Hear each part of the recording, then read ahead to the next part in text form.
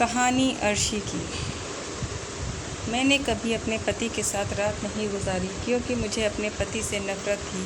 फिर एक रात मैंने सारी हदें पार करके अपने 3 दोस्तों को घर बुलाया और फिर नशे की हालत में तीनों दोस्तों ने मिलकर मेरे साथ। ज़रूरी नहीं कि इंतज़ार सिर्फ़ अपने पसंदीदा चीज़ों का ही किया जाए। कभी कभी हमें उन चीज़ों का भी इंतज़ार करना पड़ता है जिनसे हमें नफ़रत होती है। इसलिए मैं भी आज दुल्हन बने बैठे सबसे नापसंदीदा इंसान का इंतज़ार कर रही थी। वह नापसंदीदा इंसान कोई और नहीं बल्कि मेरा पति था, जिससे अभी थोड़ी देर पहले मेरा विवाह हुआ था। मेरा आलीशान कमरा खूबसूरती से सजा हुआ था, लेकिन काश कमरे की तरह मेरा हमसफ़र भी खूबसूरत होता, लेकिन ऐसा नहीं था।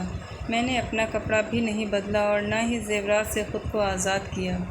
दिल तो चाह रहा था कि इस इंसान के दिए हुए ज़ेवरात को नोच कर फेंक दूँ, उसका दिया हुआ कपड़ा भी फाड़ फाड़ कर अपने शरीर से जुदा कर दूँ। मैं अपनी बर्बाद जवानी के गम में थी। मैं अपनी इन्हीं सोचों में डूबी थी कि दरवाज़ा खुला और मेरा पति अंदर दाखिल हुआ। मैंने जानबूझकर अपना हुलिया नहीं बदला था ताकि मैं उसे ऐसा दिखा सकूं कि मैं कितनी खूबसूरत हूं और वह मेरे मुकाबले में कितना आम सा है। जब वह मेरे करीब आकर बैठा तो मुझे हूर के गले में पड़ा लंगूर वाला मुहावरा याद आ गया। अपने हालात पर सादिक लगा था। उसने मुझे देखकर मेरी तारीफ़ की कि मैं बहुत खूबसूरत लग रही हूँ, तो बदले में मैंने कहा कि हाँ, मैं बहुत खूबसूरत हूँ, लेकिन तुम मेरे लायक नहीं हो। काश मैं भी तुम्हारी तारीफ़ के जवाब में तुम्हें खूबसूरत कह सकती, लेकिन शायद अफसोस कि तुम इस बात के लायक नहीं हो कि मैं तुम्हारी तारीफ़ करूं। ऐसा कहकर मैंने उसके दिए हुए तमाम ज़ेवरात नोच फेंके और अपना हेयर स्टाइल उजाड़ दिया। फिर उसके दिए हुए कपड़े बदलने के लिए ड्रेसिंग रूम में चली गई। मैंने 1 लाख वाला मेकअप साफ़ किया और अपना चेहरा आईने में देखने के बाद दोनों हाथों से चेहरा छुपाकर फूट फूट कर रोने लगी। मैंने जानबूझकर वॉशरूम में देर से बाहर निकली ताकि मेरा पति सो जाए, लेकिन मैं बाहर आई तो वह कमरे में नहीं था। मैंने भगवान का धन्यवाद किया और कमरे का दरवाज़ा लॉक करके सो गई। मैंने सोचा था कि मुझे बहुत हंगामा करना पड़ेगा और अपने पति से बहुत बुरे तरीके से पेश आना पड़ेगा ताकि वह मेरे पास ना आए, लेकिन मुझे ऐसा कुछ भी करने की ज़रूरत नहीं पड़ी थी। वह खुद ही खामोशी से एक तरफ हो गया था। उसने मेरे मामले में ज़्यादा किसी किस्म की ज़बरदस्ती नहीं की थी। मैं बहुत ज़्यादा खूबसूरत थी, लेकिन मैं एक मिडिल क्लास घराने से थी, और जब मेरे लिए एक बहुत ही अमीर औरत ने अपने बेटे का रिश्ता लेकर आई तो सबसे अच्छा समझकर उसे कबूल कर लिया गया। जब मैंने लड़के की शक्ल देखी तो वह मुझे एक आंख भी नहीं भाया था। उसके पास पैसों के अलावा कुछ नहीं था। वह बहुत बदसूरत था। मैंने बहुत हंगामा किया, लेकिन घरवालों ने मेरी एक भी नहीं सुनी, क्योंकि वह सब पैसों के मारे हुए थे। उन्हें इस अमीर घराने की सूरत में अपना भविष्य बेहतर महसूस हो रहा था, और मेरी सास को अपने बेटे के लिए चाँद सी दुल्हन चाहिए थी। मेरी खूबसूरती देखकर वह मुझे अपनी बहू बनाने के लिए मचल उठी थी। जब मेरे अपने घरवालों पर बस नहीं चला तो मैंने तय कर लिया था, मैं उन दोनों माँ बेटों का जीना हराम कर दूँगी, क्योंकि उसकी वजह से मेरी ज़िंदगी बर्बाद हुई थी। दोनों ने मेरी गरीबी का फ़ायदा उठाया, अपनी दौलत की नुमाइश करते हुए मुझे ख़रीद लिया था। मेरे जज़्बात और मेरे एहसास की किसी को कोई फ़िक्र नहीं थी। मेरी सास ने मेरे मायके वालों को बहुत सारे पैसे दे दिए थे और मेरे मायके वालों ने हर किस्म का रिश्ता ख़त्म कर दिया था और उनसे कहा था कि आगे ज़िंदगी में उनकी शक्ल भी देखना पसंद नहीं करूँगी, क्योंकि उनकी वजह से मेरी ज़िंदगी बर्बाद हो गई है। मैं जितनी खूबसूरत थी, मुझे पैसों की नहीं, अच्छे शक्ल सूरत की ज़रूरत थी। पैसा तो कोई भी कमा सकता था,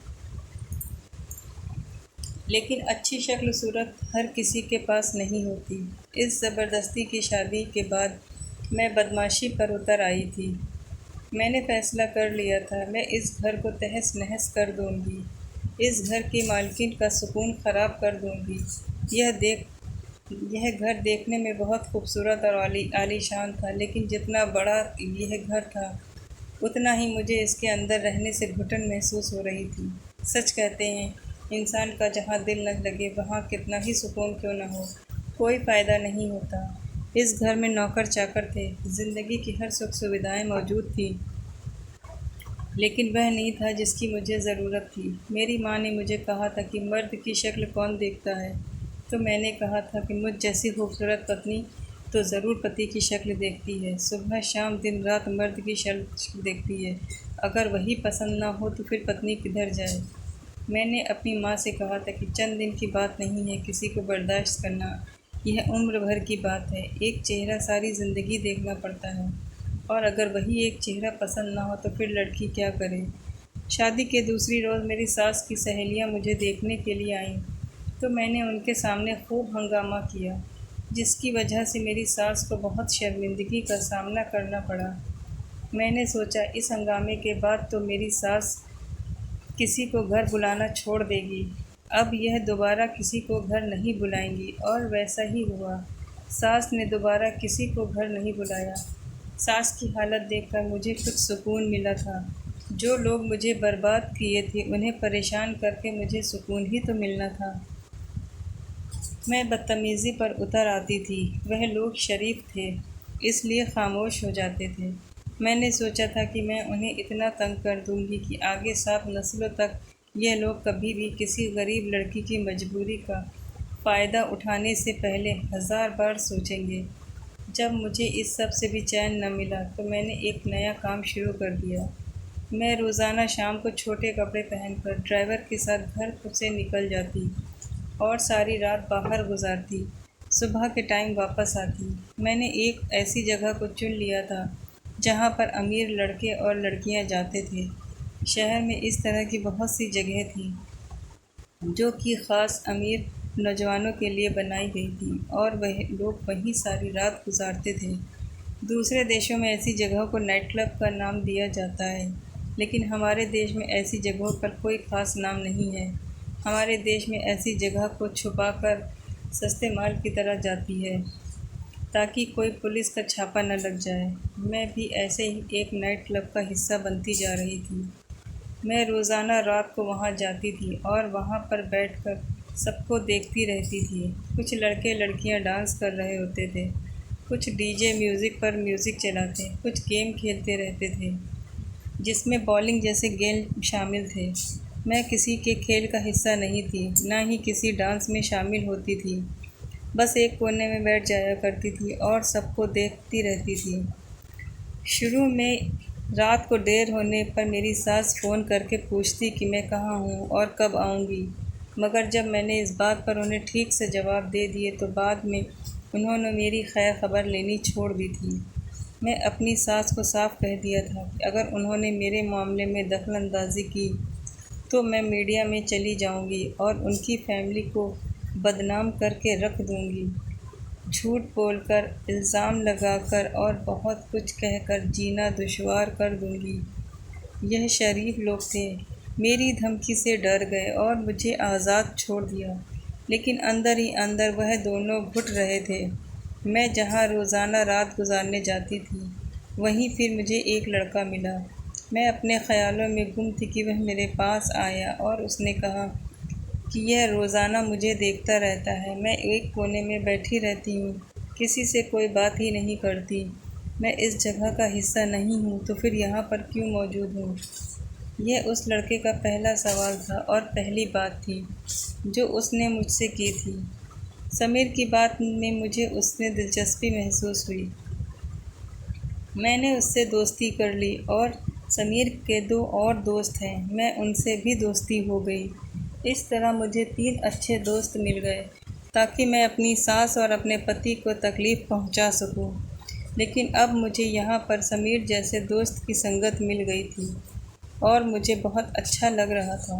उन तीनों की यह बात मुझे बहुत अच्छी लगती थी कि तीनों अपनी हद में रहते थे। मैं गुस्सा ज़रूर थी, लेकिन मुझे भी अपनी हद का अंदाज़ा था। दोस्ती हो गई थी, लेकिन उसने मुझे कभी न डांस के लिए और न किसी गलत फरमाइश के लिए मजबूर किया था। हम शाम को इकट्ठा होते थे और सारी रात बातें करते रहते थे, इधर उधर घूमते थे। लड़के लड़कियों को देखकर उन पर हंसते एंजॉय करते थे और फिर सुबह होने से पहले घर चले जाते थे। मुझे इन तीनों की दोस्ती में कोई बुराई महसूस नहीं हो रही थी। एक दिन मैं वहाँ से वापस आई तो मेरी सास मेरे इंतज़ार में बैठी हुई थी। उन्होंने मुझे देखते हुए कहा था कि अब बहुत हो गया है, वह ज़्यादा बर्दाश्त नहीं कर सकती, बेहतर होगा कि मैं यह घर छोड़कर चली जाऊँ। उनका बेटा मुझे तलाक देने के लिए तैयार है। सास की बात पर मैं ज़ोर से हंसने लगी और मेरी सास मुझे हैरत से देख रही थी कि मैं हंस क्यों रही हूँ।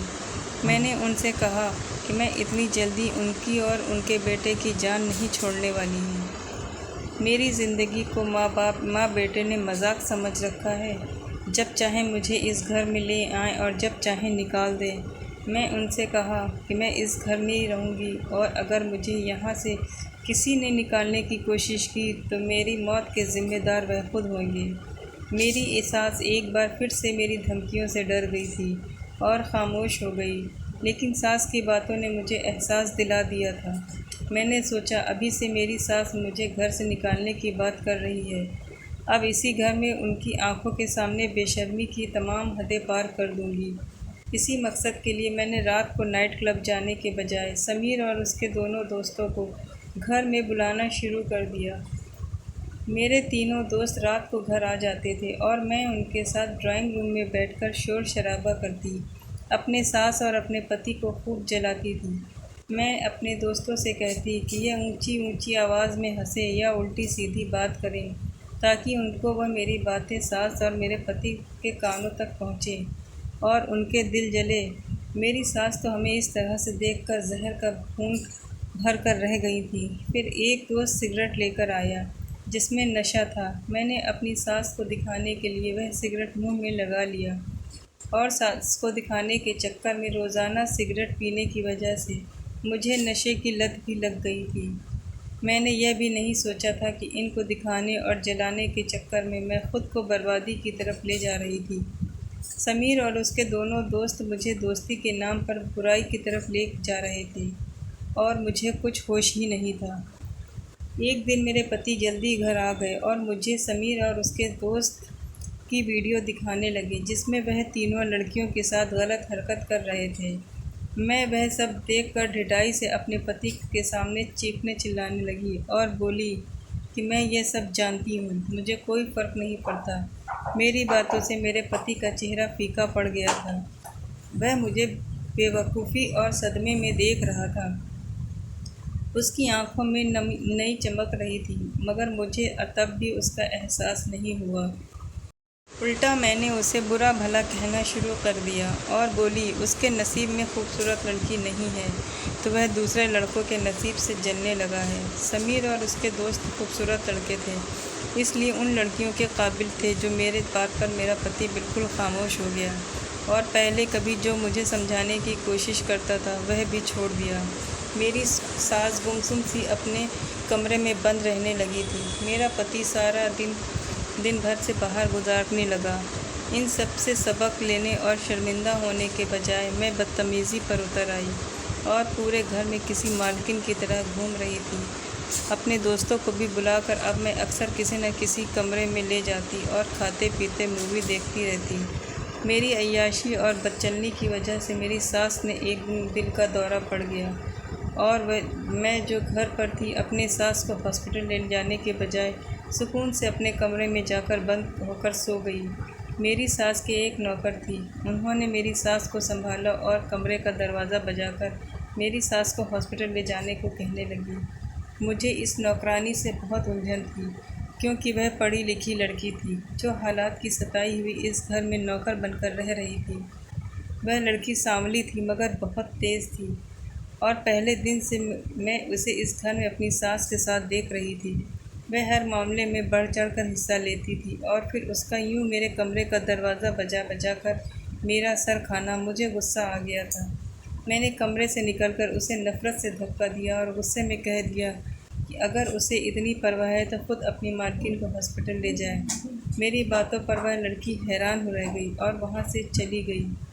मैं नहीं जानती थी फिर क्या हुआ, उस लड़की ने कैसे मेरी सास को हॉस्पिटल पहुँचाया, मगर अगली सुबह एम्बुलेंस मेरी सास की लाश को घर पहुंचा गई थी और उसे घर लाने वाली वही नौकरानी, जबकि यह मेरी जिम्मेदारी थी।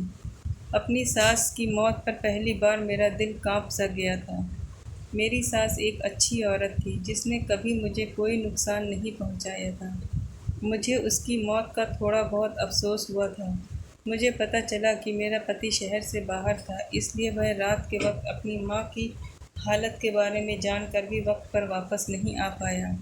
वह जब लौटा तो आगे उसकी माँ की लाश पड़ी हुई थी और मैं अपने कमरे में बंद पड़ी हुई थी। मेरे पति का सदमे से बुरा हाल था।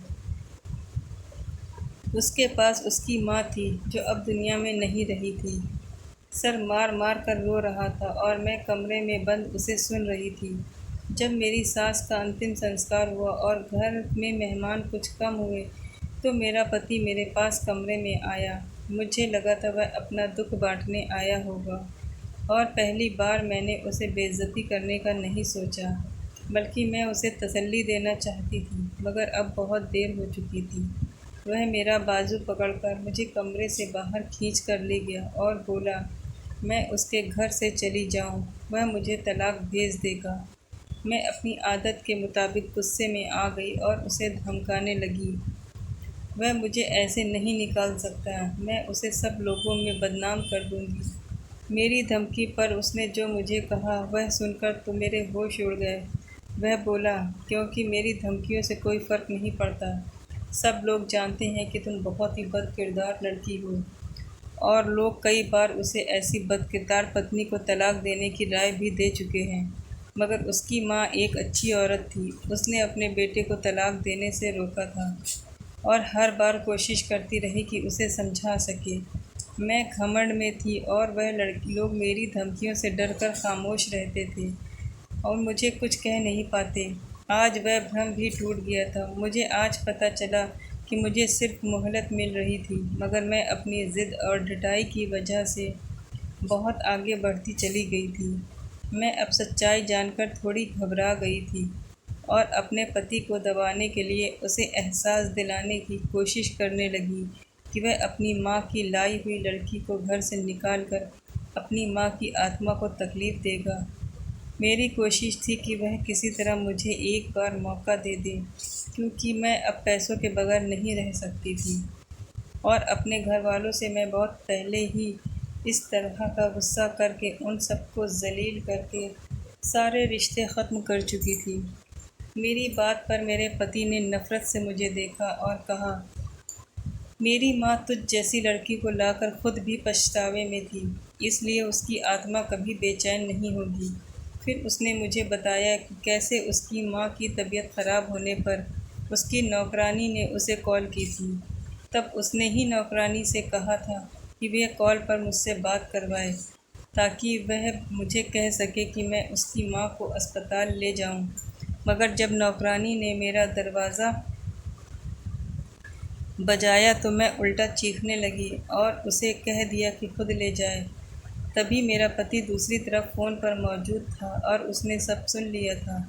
वह बोला कि उसने तभी सोच लिया था कि अब उसकी माँ चाहे जितना समझाए, लेकिन मैं अब उसे घर में नहीं रखूँगा। लेकिन यह नौबत ही नहीं आई और उसकी माँ तड़प तड़प कर दुनिया से चली गई। वह पहली बार मुझे नफ़रत से देख रहा था और बोला कि उसे कभी भी खूबसूरती की चाहत नहीं थी। वह हमेशा से सिर्फ अच्छी लड़की चाहता था, मगर उसकी माँ की यह ख्वाहिश ने उन दोनों माँ बेटी को ज़लील करवा दिया। मैं सच जानकर खामोश रह गई थी। मेरा पति मेरी खूबसूरती से कभी खुश ही नहीं था। वह सिर्फ मुझे पत्नी की हैसियत से इज़्ज़त देता रहा और मैं समझती रही कि वह मेरी सूरत का दीवाना है। मेरी सुने बिना मेरे पति ने उसी वक्त मुझे वहीं तलाक दे दिया। साथ ही उसने मुझे तलाक के कागजात तैयार करवाने तक मुझे गेस्ट हाउस में रहने को कहा। मुझे उस वक्त भी महसूस न हुआ और अब भी मैं अपनी गलती मानने को तैयार नहीं थी। मैंने उसे बताने के लिए कि मुझे इसकी परवाह नहीं, अपने तीनों दोस्तों को घर बुलाया और उनके साथ हल्ला गुल्ला करने लगी। बेशर्मी की हद पार कर दी। मेरा पति उस रात घर से चला गया था और मैं भी अब काम ख़त्म कर चुकी थी। मैंने उन लड़कों के साथ नशा किया और जब उन्होंने मुझे होशो हवास से बेगाना देखा तो पहली बार अपना असली रूप मेरे सामने ले आए और वह सब मिलकर मेरे साथ ज़्यादती करने लगे। मैं चिल्लाती चिल्लाती मदद मांगती रही मगर मेरी सुनने वाला वहाँ पर कोई भी नहीं था। अगले दिन वह लड़के मुझे मुर्दा हालत में वहीं छोड़कर चले गए और मेरे पति ने आकर मुझे तलाक के कागजात पकड़ा दिए। मैं तलाक के कागज़ लेकर भी उस हालत में नहीं थी कि वहाँ से कहीं जा सकती। मैं अपनी किस्मत पर रो रही थी, अपनी इज्जत गंवा कर। मुझे एहसास हुआ था कि क्लब में नशा करने वाले लड़के कभी दोस्त नहीं हुआ करते, जबकि उनकी असलियत तो मेरा पति बहुत पहले ही मुझे बता चुका था। मगर मैं ज़िद में अंधी हो गई थी और अपनी इज्जत को खुद उन लड़कों के हवाले करके बैठी थी। पूरा एक हफ्ता मैं वहाँ पर बस वहीं पड़ी रही और नौकरानी मेरे आगे खाना फेंक कर चली जाती थी। जब कुछ संभल कर मैं बाहर निकली तो सामने मेरे पति के साथ बहुत ही खूबसूरत लड़की खड़ी हुई थी। वह मुझे देखकर खिसक गई तो मेरे पति ने उसे बताया कि वह मेरी पहली पत्नी है जिसे मैंने तलाक दे दी है और अब उसका मेरे घर पर कोई हक नहीं है। फिर वह मेरी तरफ पलटा और बोला कि अब मैं संभल चुकी हूँ तो मैं अपना गंदा शरीर लेकर इस घर से चली जाऊँ, क्योंकि उसकी पत्नी को मेरा शरीर यह बर्दाश्त नहीं होगा। मैंने उस लड़की को देखा जो तो बहुत हैरान रह गई। वह मुझसे भी ज़्यादा खूबसूरत लड़की थी, मगर वह उस बदसूरत मर्द के पहलू में सुकून से खड़ी मुस्कुरा रही थी। उसके चेहरे पर गुलाब बिखरा हुआ था और वह नौकरानी अपनी नई मालकिन के आगे पीछे घूम रही थी। फैमिली पूरी थी और मेरी वहाँ कोई जगह नहीं थी। इस फैमिली का हिसाब भी तो हो सकता था, मगर मैंने अपने घमंड में सब कुछ गंवा दिया। अब मैं एक पागल खाने में रहती हूँ, क्योंकि मेरे साथ हुए हादसे ने मुझे दिमागी मरीज़ बना दिया है। मैं बिल्कुल कभी ठीक नहीं होती हूँ और कभी अचानक चीखने चिल्लाने लगती हूँ। मेरे अंदर डर फैल चुका है। अब मेरे पाप का हिस्सा बन चुकी हूँ। भगवान ने मुझे इज़्ज़त की ज़िंदगी दी थी, लेकिन मैंने खुद अपने लिए ज़िल्लत बना लिया था। समीर और उसके दोस्त बहुत खूबसूरत थे, लेकिन उस खूबसूरत चेहरों का भयानक रूप जब मैंने देखा तो मुझे खूबसूरत चेहरों से नफ़रत हो चुकी थी। मैं आज भी आईने में अपना चेहरा देखकर बुरी तरह से अपने बाल नोचना शुरू कर देती हूँ। दोस्तों, आपको ये कहानी कैसी लगी? प्लीज़ कमेंट बॉक्स में कमेंट करके ज़रूर बताइएगा। अगर आपको मेरी ये कहानी पसंद आई हो तो मेरी वीडियो को लाइक और चैनल को सब्सक्राइब करके बेल आइकन को ज़रूर दबाएं, जिससे मेरे आगे आने वाली वीडियो आप तक सबसे पहले पहुंच सके। Thank you.